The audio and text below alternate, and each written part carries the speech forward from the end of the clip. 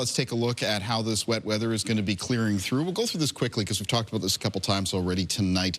But the rain with the weather system moves from west to east across the Maritimes, mostly between now and a few hours after midnight. After that, it's up into areas of Newfoundland. We're looking at picking up some general rainfall amounts out of this weather system between around 15 and 40 millimeters, which during the summer wouldn't be a big deal for us in the region. In fact, this past summer, boy, we could have really used that rain.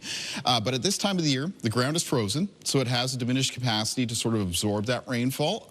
And there'll be a little bit of snow and ice melt for parts of the Maritimes as well, just adding to some of that runoff. And that's one of the reasons why we've had these rainfall warnings issued for parts of the region. These would be a few areas in the Maritimes where it looks like there is the highest chance of maybe seeing some isolated embedded downpours with this weather system. There has been some of that as it's come up through the northeastern United States, a couple small little thunderstorms popping up. So rainfall warnings continue in and around the Bay of Fundy coastline in New Brunswick, including the entirety of Charlotte County, parts of the Kennebecasis Valley, and in Nova Scotia in around the Minas Basin area, Halifax County, Lunenburg County, and extending across the east of the mainland, Eastern Shore, North Shore, and into Victoria County in Cape Breton. The winds are probably the big concern with this weather system, though.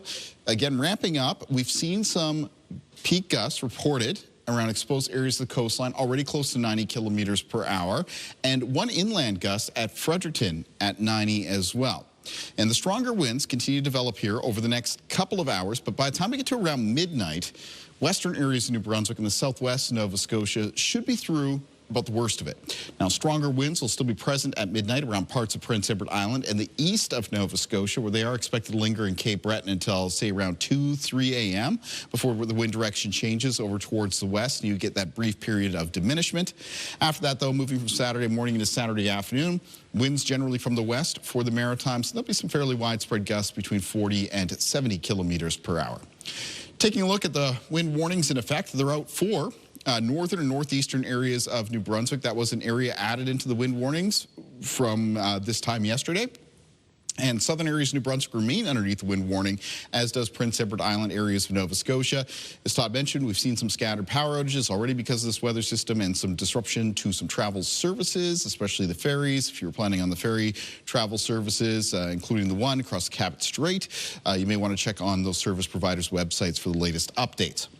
Low temperatures in the forecast for tonight, they do begin to fall as the winds become westerly in behind the front. So down to around the low to mid single digits for Nova Scotia at the start of the day for tomorrow. Pretty close to the freezing mark for PEI and southern areas of New Brunswick, and below freezing for northwestern areas of New Brunswick. Be careful about any wet surfaces turning icy. Highs in the forecast for tomorrow. These will mostly occur in the morning with temperatures falling a few degrees in the afternoon in that west wind between around -1 and -5 for northern areas of New Brunswick. For central and southern areas of New Brunswick, high temperatures tomorrow mostly between -3 and 0. Maybe gets up to +1 for St. Stephen first thing in the morning before temperatures come down into the afternoon. Prince Edward Island for tomorrow with high temperatures between 0 and 2 degrees. In the east of Nova Scotia and Cape Breton, high temperatures around the mid-single digits. And then for the North Shore and Eastern Shore, between 3 and 5 degrees. Cumberland, Colchester, Hants counties, Halifax County, Lunenburg County for tomorrow. Most of the high temperatures expected to be between 1 and 5.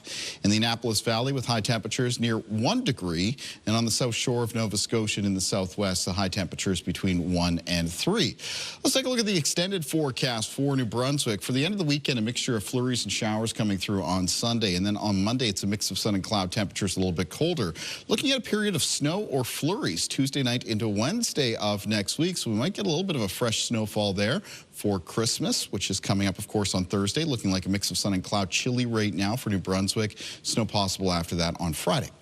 For Nova Scotia and the outlook coming up for Sunday, a mixture of showers and flurries moving through. Flurries in the forecast for Monday. And then on Tuesday night into Wednesday, that's when a round of snow could pass across the province. A little bit early for amounts right now. Might be a general 5 to 15 centimeters. That'll bring us a chance of flurries on Thursday and Friday, a mix of sun and cloud. And for Prince Edward Island coming up, it's showers for the end of the weekend, followed by flurries for Monday. Tuesday night into Wednesday, we could see a round of snow move through, followed by a chance of flurries for Christmas Day and for Boxing Day as well on the Friday.